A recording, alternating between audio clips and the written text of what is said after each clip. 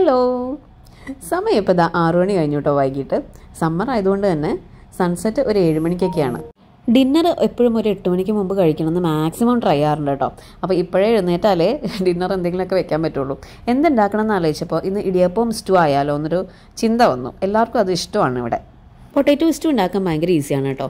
ഒരു മീഡിയം സൈസിലുള്ള 2 potato ക്യൂബ്സായി cut ചെയ്യുക, ചെറിയ 2 സബോള നീളത്തിലരിയുക, അതുപോലെ തന്നെ ഇഞ്ചിയും പച്ചമുളകും കറിവേപ്പിലയും. ഇഞ്ചി കുറച്ച് അധികം എടുക്കുന്നത് നല്ലതായിരിക്കും കേട്ടോ. പിന്നെ കോക്കനട്ട് മിൽക്ക്, അത് 1-ാം പാലും വേണം 2-ാം പാലും വേണം. ആദ്യം തന്നെ നമ്മുടെ പൊട്ടാറ്റോ വേവിക്കാനായിട്ട് ഒരു കുക്കറിലേക്ക് പൊട്ടാറ്റോ ഇടുക, കുറച്ച് ഉപ്പ് ഇട്ട് വെള്ളം ഒഴിച്ചിട്ട് ഒരു 1-2 വിസിൽ വേവിക്കുക കേട്ടോ. പൊട്ടാറ്റോ ഒക്കെ വേഗം വേവും, അതുകൊണ്ട് തന്നെ ഒരുപാട് ഇട്ട് വേവിക്കേണ്ട. ആദ്യം തന്നെ ഒരു പാൻ ചൂടാക്കുക, അതിനകത്തേക്ക് നല്ല കോക്കനട്ട് ഓയിൽ ഒഴിക്കുക കേട്ടോ. കോക്കനട്ട് ഓയിൽ ഉണ്ടെങ്കിൽ അത് തന്നെ യൂസ് ചെയ്യുക. അതിനകത്തേക്ക് നമ്മുടെ ഇഞ്ചിയും പച്ചമുളകും കറിവേപ്പിലയും ഇത് 3 ഇട്ടിട്ട് ഒന്ന് സോട്ട് ചെയ്തെടുക്കുക. ഇഞ്ചിയും പച്ചമുളകും ഒക്കെ ഒന്ന് വഴന്ന് വരുമ്പോൾ നമ്മൾ അരിഞ്ഞു വെച്ചിരിക്കുന്ന സബോള ഇതിലേക്ക് ആഡ് ചെയ്യുക കേട്ടോ.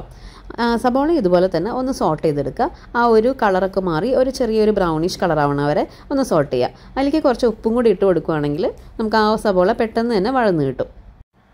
സബോള ചെറുതായി ഒന്ന് വഴന്നു തുടങ്ങുമ്പോൾ കുറച്ച് പെപ്പർ പൗഡർ ആഡ് ചെയ്യുക കേട്ടോ. അത് വേണമെങ്കിൽ മതി, അത് ഓപ്ഷണലാണ് കേട്ടോ. അതിലേക്ക് നമ്മുടെ വേവിച്ച് വെച്ചിരിക്കുന്ന പൊട്ടാറ്റോ ഒന്ന് സ്മാഷ് ചെയ്തിട്ട് ആഡ് ചെയ്യുക കേട്ടോ.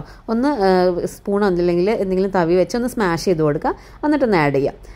എന്നിട്ട് ഒരു 5 മിനിറ്റ് എങ്ങാനോ അതിൽ വെച്ച് തിളപ്പിക്കുക. അത് കഴിഞ്ഞ് നമ്മുടെ 2-ാം പാൽ അതിലേക്ക് ഒഴിച്ചു കൊടുക്കുക. ആ 2-ാം പാലൊക്കെ ഒഴിച്ച് കഴിഞ്ഞാൽ ഒന്ന് ഗ്യാസ് സിമ്മിൽ വെക്കാൻ ശ്രദ്ധിക്കണേ. ഒരുപാട് തിളയ്ക്കേണ്ട, പക്ഷേ എന്നാൽ ചെറുതായിട്ടൊക്കെ ഒന്ന് തിളയ്ക്കുന്നവരെ അതൊന്ന് വെച്ച് കൊടുക്കാം. അത് കഴിഞ്ഞ് കഴിഞ്ഞാൽ ഉപ്പൊക്കെ വേണമെന്നുണ്ടെങ്കിൽ ഒന്ന് ആഡ് ചെയ്യുക. ഒന്ന് ടേസ്റ്റൊക്കെ നോക്കി ഉപ്പ് ആഡ് ചെയ്യുക കേട്ടോ. കാരണം നാളികേരപ്പാൽ ഒഴിക്കുമ്പോൾ ആ ഉപ്പിന് കുറച്ച് കുറവ് വരും. അത് കഴിഞ്ഞാൽ നമ്മുടെ 1-ാം പാലൊന്ന് ഒഴിക്കുക. 1-ാം പാൽ ഒഴിച്ച് കഴിഞ്ഞാൽ ഒരുപാട് തിളപ്പിക്കരുത്, ജസ്റ്റ് ഒന്ന് ചൂടാവാനേ പാടുള്ളൂ. അത് കഴിഞ്ഞ് ഉടനെ തന്നെ ഗ്യാസ് ഓഫ് ചെയ്യണം. അതിലേക്ക് ചെറിയൊരു സ്പൂൺ കോക്കനട്ട് ഓയിൽ ഒന്ന് ആഡ് ചെയ്തിട്ട് ഇതുപോലെ ഒന്ന് ഒഴിച്ചു കൊടുത്താൽ മതി. എന്നിട്ട് ഒന്ന് അടച്ചു വെക്കുക കേട്ടോ. നമ്മൾ എടുക്കുന്നവരെ അത് അടച്ചു വെക്കുക. അതൊരു സ്മെല്ലിനും ആ ഒരു ഫ്ലേവറിനും വേണ്ടിയിട്ടാണ്. അങ്ങനെ നമ്മൾ സ്റ്റൂ ഒക്കെ റെഡിയായി. ഞാൻ പറഞ്ഞില്ലേ, ഇവിടെ എല്ലാവർക്കും ഇടിയപ്പവും സ്റ്റൂ ഭയങ്കര ഇഷ്ടമാണ് കേട്ടോ. അതുകൊണ്ട് തന്നെ ഡിന്നർ അല്ലെങ്കിൽ ബ്രേക്ക്ഫാസ്റ്റിന് ഞങ്ങളുടെ വീട്ടിൽ എപ്പോഴും ഉണ്ടാക്കുന്ന ഒരു സാധനമാണ് കേട്ടോ ഇത്. ഡിന്നറിനാണ് ഉണ്ടാക്കുന്നതെന്ന് വെച്ചാൽ ഞാൻ കുറച്ച് എടുത്തു വയ്ക്കുകയും ചെയ്യും. കാരണം പിറ്റേ ദിവസം 6:30 ആകുമ്പോഴേക്കും മൃദുവിന് ബ്രേക്ക്ഫാസ്റ്റ് കഴിക്കണം. സോ ഇത് തന്നെ വെള്ളപ്പത്തിൻ്റെ കൂടെയൊക്കെ ഒന്ന് കൊടുക്കും. അപ്പോൾ എല്ലാവരും ഈ റെസിപ്പി ഒന്ന് ട്രൈ ചെയ്യുക. ഭയങ്കര ഈസിയാണ് ഉണ്ടാക്കാൻ. അപ്പോൾ നമുക്ക് അടുത്തൊരു വീഡിയോ ആയിട്ട് വീണ്ടും കാണാം. Much love and God bless.